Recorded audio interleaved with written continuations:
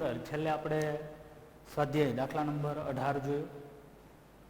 એવી જ રીતે મૂડીમાં ફેરફાર સાથેનો સ્વાધ્યાય દાખલા નંબર 19, સ્વાધ્યાય દાખલા number 19 text book page number 214 અને 215 પર રકમ આપેલી છે.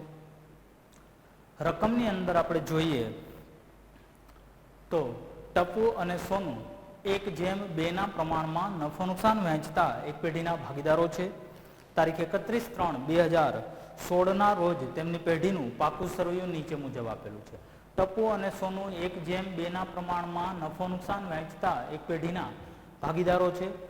પાકું સરવૈયું તમને આપેલું છે. આગળ આપણે જોઈએ પાકા સરવૈયાની અંદર તો કે મૂડી દેવા બાજુ મૂડી, નાનું ખાતું, લેણદારો, ઘાલખાદ અનામત. એવી જ રીતે મિલકત લેણા બાજુ પાઘડી, જમીન મકાન, યંત્રો, સ્ટોક, દેવાદારો અને રોકડ. વધારાની માહિતીની અંદર જોઈએ તો ઉપરની તારીખે તેઓએ ગોલીને નવા ભાગીદાર તરીકે પ્રવેશ આપ્યો. ટપુ અને સોનું 2 ભાગીદારો છે જેમનું જૂનું પ્રમાણ 1:2 છે. હવે તેઓ નવા ભાગીદારને ગોલીને પ્રવેશ આપે છે. કઈ શરતોએ પ્રવેશ આપે છે તેના માટે હવાલાઓ આપણને આપેલા છે. હવાલાની અંદર જોઈએ તો સૌપ્રથમ પહેલો હવાલો, પાઘડીનું મૂલ્યાંકન 54,000 કરવામાં આવ્યું. પાઘડીની કિંમત, નવી પેઢીની પાઘડીની કિંમત 54,000 નક્કી થઈ. હવે પાઘડીની કિંમત 54,000 નક્કી થાય છે તો હવાલો આપણે બારોબાર ટીક કરશું. જૂની પાઘડી સાથે કાંઈ લેવા દેવા નથી, કારણ કે પાકા સરવૈયામાં જો જૂની પાઘડી આપેલી હોય તો એને હંમેશા માંડી વાળવામાં આવે, ભાગીદારો વચ્ચે વહેંચી આપવામાં આવે. નવું મૂલ્ય 54,000 નક્કી થયું. નવી કિંમત 54,000 નક્કી થઈ તો એમાંથી ગોલીએ તેના ભાગની પાઘડીની રકમ રોકડમાં લાવવી પડે. કદાચ જો ગોલી પાસે રકમ ન હોય તો એ પણ ન પણ લાવે તો પાઘડીની સીધી અસર કરવી પડે. જો ગોલી રોકડા રૂપિયા લાવે છે તો એને આપણે પાઘડીનું પ્રીમિયમ કહીશું, જે જૂના ભાગીદારો વચ્ચે ત્યાગના પ્રમાણમાં વહેંચવામાં આવશે. અને જો ગોલી રૂપિયા ન લાવે તો પાઘડીની સીધી અસર ભાગીદારોના મૂડી ખાતે આપવામાં આવે. આવો આપણે સ્વાધ્યાય દાખલા નંબર 12 ની અંદર જોઈ ગયા. નવો ભાગીદાર પાઘડી પેટે રૂપિયા રોકડા લાવતો નથી. એટલે જે હોય આગળ હવાલો કદાચ આપેલો હશે શું કરવું પાઘડીનું એ, અને જો કાંઈ ન આપેલું હોય તો એનો મતલબ એવો થાય કે નવો ભાગીદાર પાઘડી પેટે રૂપિયા રોકડમાં લાવતો નથી. એટલે પહેલો હવાલો આપણે બારોબાર ટીક કરશું. બીજા હવાલાની અંદર જોઈએ તો દેવાદારો પર ઘાલખાદ અનામત 10,000 રાખવી.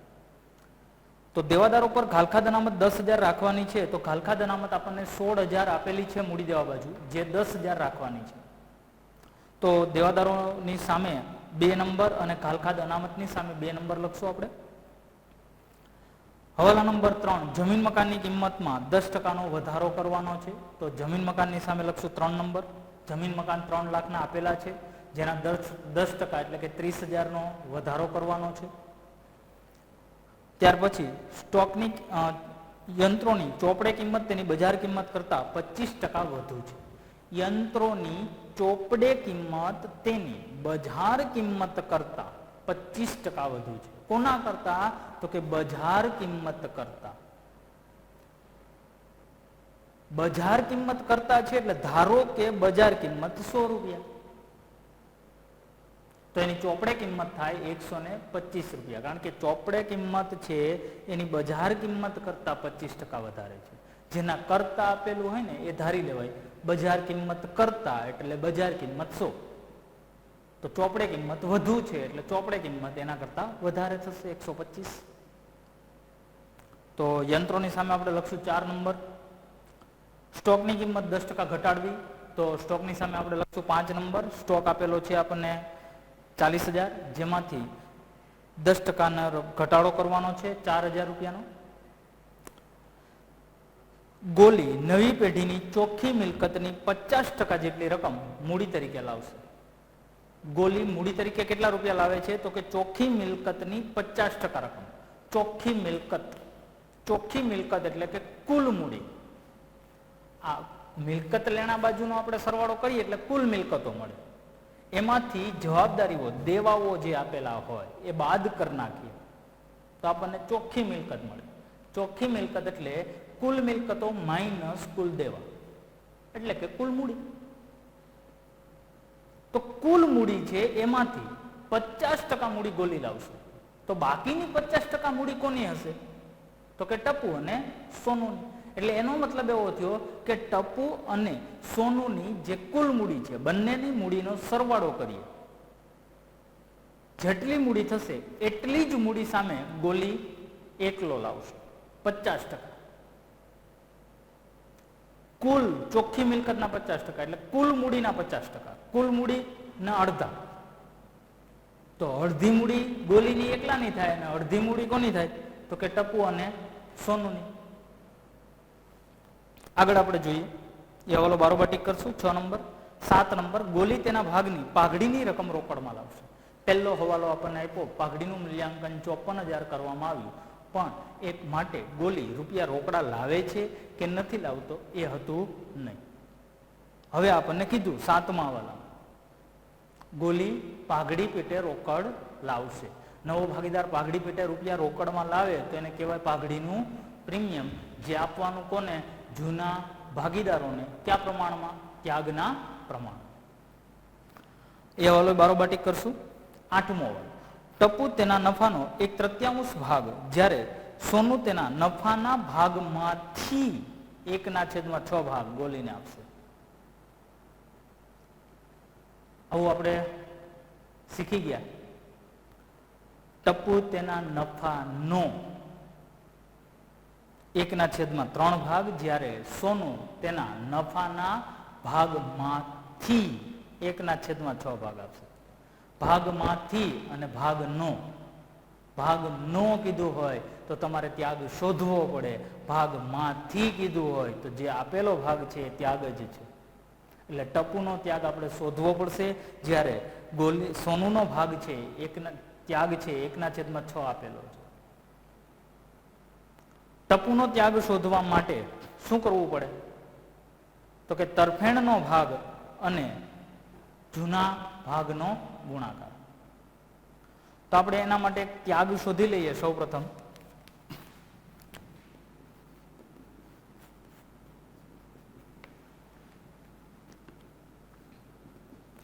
જૂનું પ્રમાણ આપણને આપેલું છે ટપુ જેમ સોનું. ટપુ અને સોનુનું જૂનું પ્રમાણ તો કે 1/2. ટપુનો ત્યાગ તો શું થશે? તો કે જૂનો ભાગ ગુણ્યા તરફેણનો ભાગ.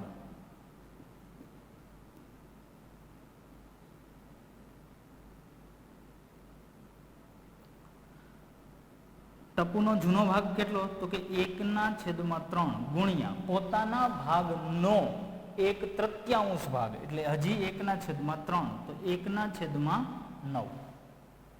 જ્યારે સોનુનો ત્યાગ તો કે 1/6, કારણ કે એને અહીંયા આપણે શું કીધું? ભાગમાંથી. તો અહીંયા છેદ સરખા કરવા હોય તો શું કરવું પડે? તો કે અહીંયા 9 છે, અહીંયા 6 છે. ત્યાગનું પ્રમાણ શોધવા માટે આપણે છેદ સરખા કરવા પડશે. તો અહીંયા હું કહું 2/2 વડે ગુણીએ એટલે 2/18. અહીંયા આપણે 3/3 વડે ગુણીએ એટલે 3/18. તો ત્યાગનું પ્રમાણ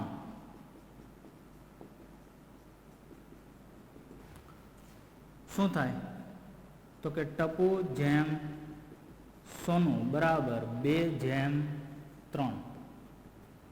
2 અને 3 છેદ બંનેના સરખા 18.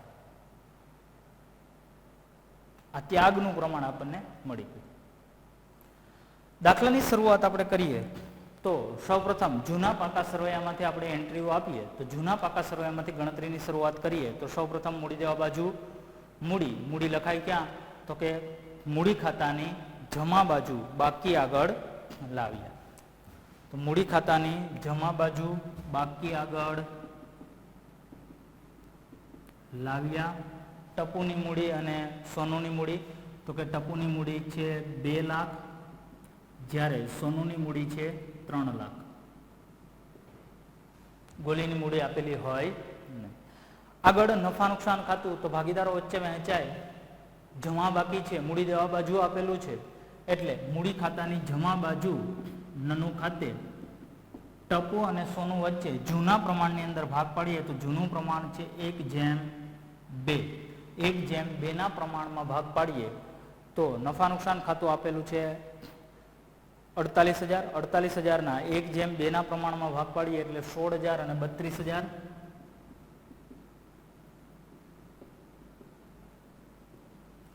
ત્યાર પછી લેણદારો, તો લેણદારોની અંદર કઈ હવાલો છે નહીં, એટલે મૂડી દેવા બાજુ સીધા જ બારોબાર આવશે. લેણદારો કેટલા આપેલા છે? તો કે 50,000. ત્યાર પછી ઘાલખાદ અનામત, તો ઘાલખાદ અનામતની અંદર આપણને હવાલો આપેલો છે. બીજો હવાલો દેવાદાર પર ઘાલખાદ અનામત 10,000 રાખી, ઘાલખાદ અનામત 16,000 છે, જેમાં ઘટાડો કરી અને 10,000 નક્કી કરવામાં આવે છે. તો દેવાદારો આપણે લખીએ તો મિલકત લેણા બાજુ જોઈએ તો દેવાદારો આપણને 80,000 ના આપેલા છે.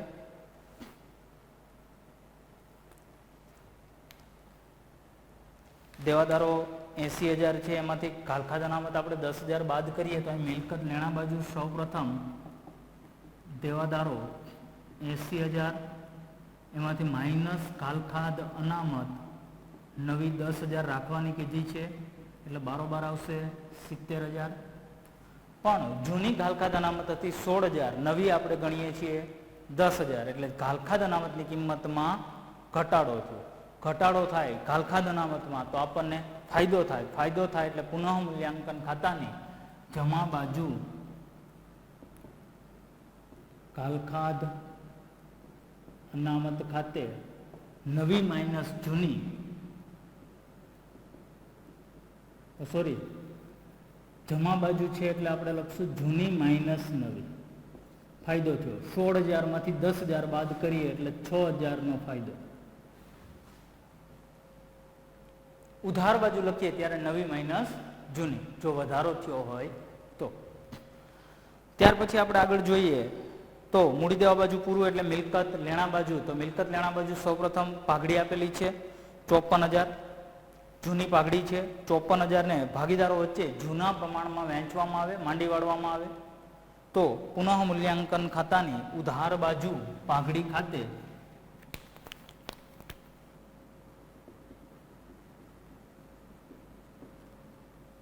18,000 અને 36,000, 54,000 ને 1/2 ના પ્રમાણમાં વહેંચીએ એટલે 18,000 અને 36,000. આગળ જોઈએ જમીન મકાન. જમીન મકાનની અંદર હવાલો છે, જમીન મકાનની કિંમતમાં 10% વધારો કરવાનો છે. તો મિલકત લેણા બાજુ જમીન મકાન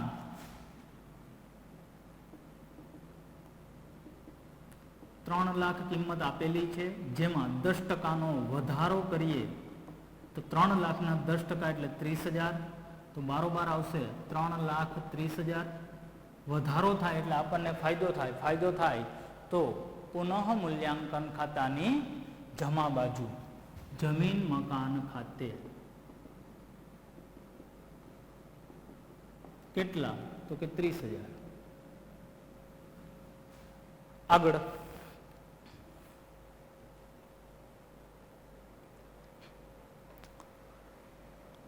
યંત્રો. યંત્રોની અંદર પણ હવાલો છે. હવાલા નંબર 4. યંત્રોની કિંમત 1 લાખ આપેલી છે, તો આપણે આ મિલકત લેણા બાજુ લખીએ યંત્રો 1 લાખ. હવાલા નંબર 4. હવાલા નંબર 4 ની અંદર જોઈએ તો શું કીધું? તો કે યંત્રોની બજાર કિંમત, ચોપડે કિંમત તેની બજાર કિંમત કરતા 25% વધુ છે. બજાર કિંમત કરતા. તો હવે જો અહીં ધ્યાન રાખજો, આ યંત્રો આપણને 1 લાખ રૂપિયા આપેલા છે, જેની ચોપડે કિંમત એટલે કે આ 1 લાખ જે કિંમત છે એ બજાર કિંમત કરતા 25% વધુ છે. તો ધારો કે બજાર કિંમત બરાબર 100, જેથી ચોપડે કિંમત કેટલી થશે તો કે 25% વધુ છે. બજાર કિંમત કરતા બજાર કિંમત 100 એના કરતા 25% વધારે છે એટલે આમાં 25 ઉમેરીએ તો 125. હવે આપણે ત્રિરાશિ મૂકીએ. ત્રિરાશિ કેવી રીતે મૂકશું તો કે આપણી પાસે ચોપડે કિંમત છે એટલે આવી રીતે લખાય ચોપડે કિંમતે બજાર કિંમત. ચોપડે કિંમત જ્યારે 125 રૂપિયા છે ત્યારે બજાર કિંમત છે 100 રૂપિયા.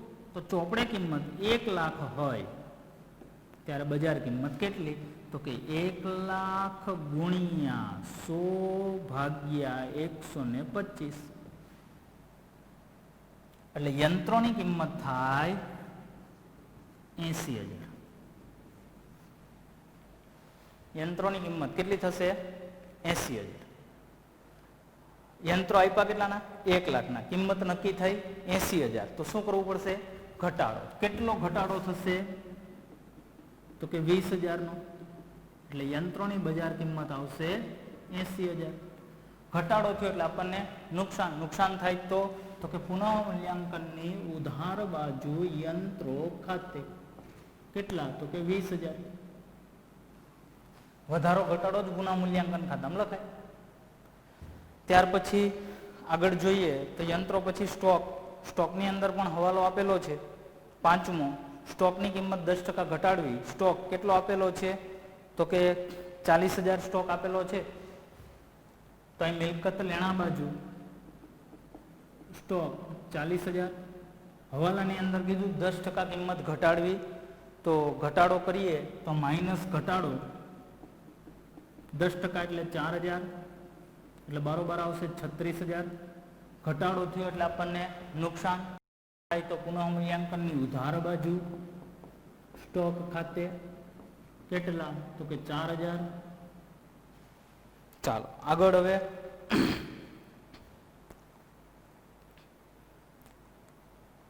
દેવાદારો તો કે લખાઈ ગયા.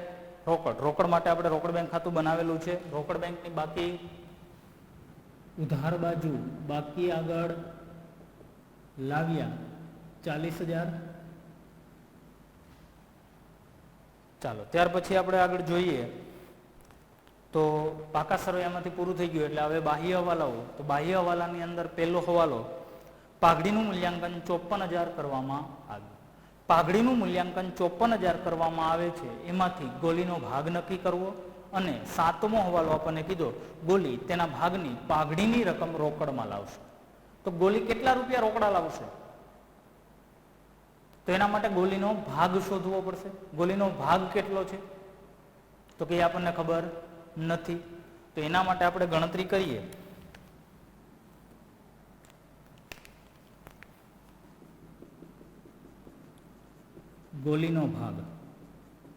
ગોલીનો ભાગ કેટલો થાય તો કે ટપુનો ત્યાગ અને સોનુનો ત્યાગ બંનેનો સરવાળો કરો એટલે ગોલીનો ભાગ થાય. અહીં લખી દો ટપુનો ત્યાગ પ્લસ સોનુનો ત્યાગ. ટપુ અને સોનુના ત્યાગનો સરવાળો તો ટપુનો ત્યાગ કેટલો તો કે 2/18. સોનુનો ત્યાગ તો કે 3/18 એટલે 2/18 વત્તા 3/18 એટલે કે 5/18. હવે તો કે પાઘડીમાં હિસ્સો ગોલીનો પાઘડીમાં હિસ્સો. પાઘડીનું મૂલ્ય થયું 54,000 એને ગુણ્યા 5/18 તો કે ગોલી પાઘડી પેટે કેટલા રૂપિયા રોકડમાં લાવશે તો કે 54,000 ગુણ્યા 5/18 એટલે કે 15,000 રૂપિયા પાઘડી પેટે રોકડા લાવશે. 15,000 રૂપિયા પાઘડી પેટે રોકડા કોણ લાવશે ગોલી. આપવાના કોને જૂના ભાગીદારોને. કયા પ્રમાણમાં ત્યાગના પ્રમાણમાં. ત્યાગનું પ્રમાણ આપણી પાસે છે કેટલું તો કે 2/3. નવો ભાગીદાર પાઘડી પેટે રૂપિયા લાવે તો એને કહેવાય પાઘડીનું પ્રીમિયમ એટલે રોકડ બેંક ખાતાની ઉધાર બાજુ પાઘડીના પ્રીમિયમ ખાતે કેટલા? તો કે 15,000 આપવાના કોને? જૂના ભાગીદારોને. તો મૂડી ખાતાની જમા બાજુ પાઘડીના પ્રીમિયમ ખાતે જૂના ત્યાગના પ્રમાણમાં 15,000 ભાગ પાડીએ 2:3 પ્રમાણમાં, તો કે 6,000 અને 9,000.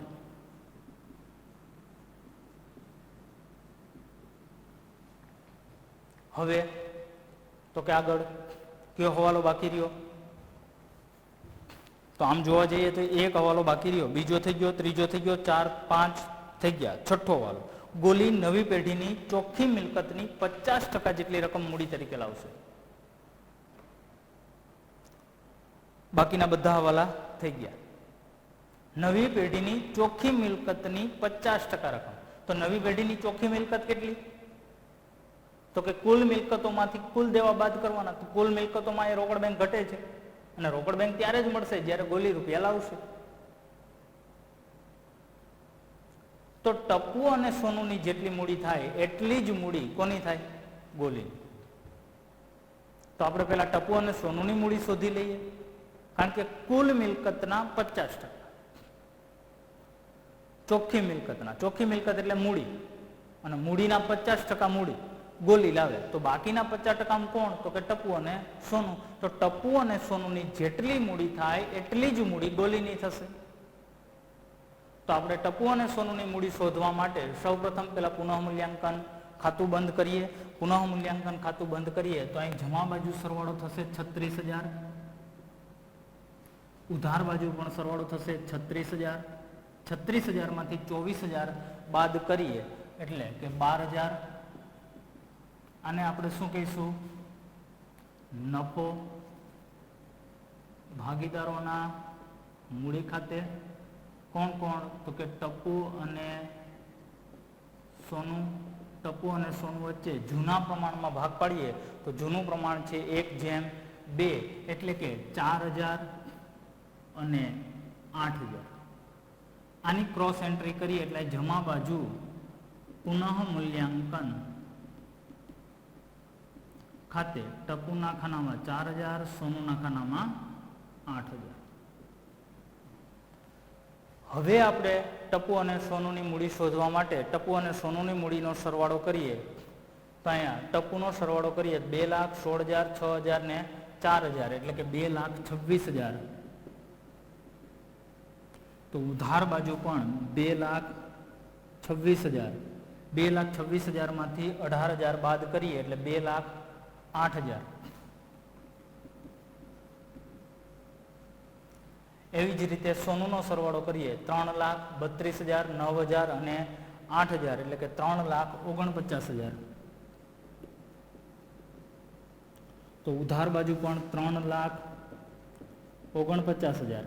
3,49,000 માંથી 36,000 બાદ કરવામાં આવે તો 3,13,000. આને કહીશું આપણે બાકી આગળ લઈ ગયા. હવે ટપુ અને સોનુની મૂડી મળી ગઈ. હવે ગોલીની મૂડી કેવી રીતે શોધવી? તો એના માટે આપણે જોઈએ ચોખ્ખી મિલકતના 50%. તો હું તમને એમ કહું, ચોખ્ખી મિલકત બરાબર કુલ મૂડી. કુલ મૂડીના બે ભાગ, 50% ગોલી મૂડી લાવશે, એટલે ગોલીની મૂડી બરાબર શું થશે? તો કે ટપુની મૂડી પ્લસ સોનુની મૂડી. શા માટે આવું છું? તો કે ચોખ્ખી મિલકત એટલે કુલ મૂડી થઈ, અને એમાંથી 50% મૂડી કોણ લાવશે? ગોલી. અને બાકીના 50% કોણ? તો કે ટપુ અને સોનું. બે બાજુ 50-50% છે કુલ મૂડી. આ કુલ મૂડી 100% છે. એમાં 50% મૂડી ગોલી એકલો લાવે, અને 50% મૂડી કોણ લાવે? તો કે ટપુ અને સોનું લાવે. તો ટપુ અને સોનુની મૂડીનો સરવાળો કરીએ તો ટપુની મૂડી આપણને મળે છે 2,08,000, જ્યારે સોનુની મૂડી છે 3,13,000. 13,000 એટલે બંનેનો સરવાળો કરીએ તો ટપુની મૂડી 2,08,000 પ્લસ સોનુની મૂડી 3,13,000 એટલે 5,21,000. આ કોની મૂડી આવી તો કે ગોલીની. ગોલી મૂડી તરીકે 5,21,000 રૂપિયા રોકડા લાવશે. નવો ભાગીદાર રોકડા લાવે મૂડી તરીકે.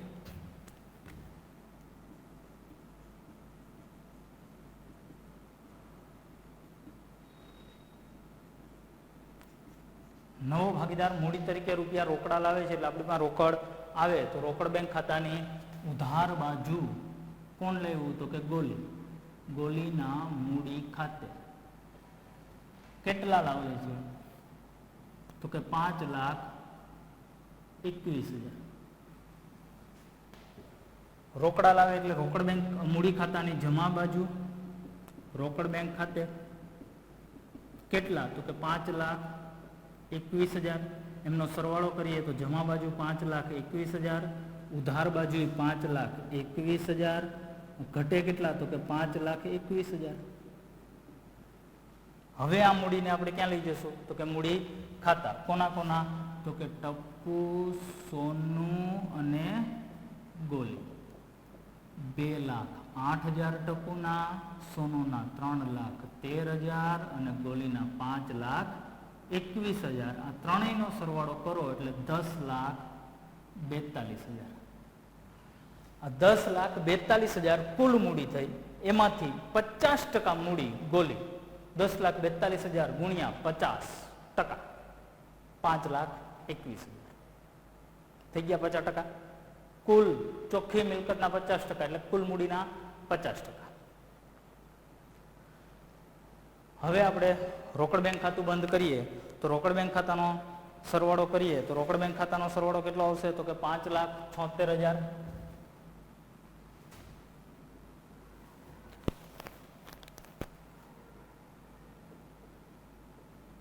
તો જમા બાજુ 5,76,000, ઘટે કેટલા તો કે 5,76,000. અને આપણે કહીશું બાકી આગળ લઈ ગયા. ક્યાં લઈ જશું તો કે મિલકત લેણા બાજુ રોકડ બેંક 5,76,000. હવે આપણે સરવાળો કરીએ પાકા સરવૈયાનો તો 10,92,000. મિલકત લેણા બાજુ પણ 10,92,000.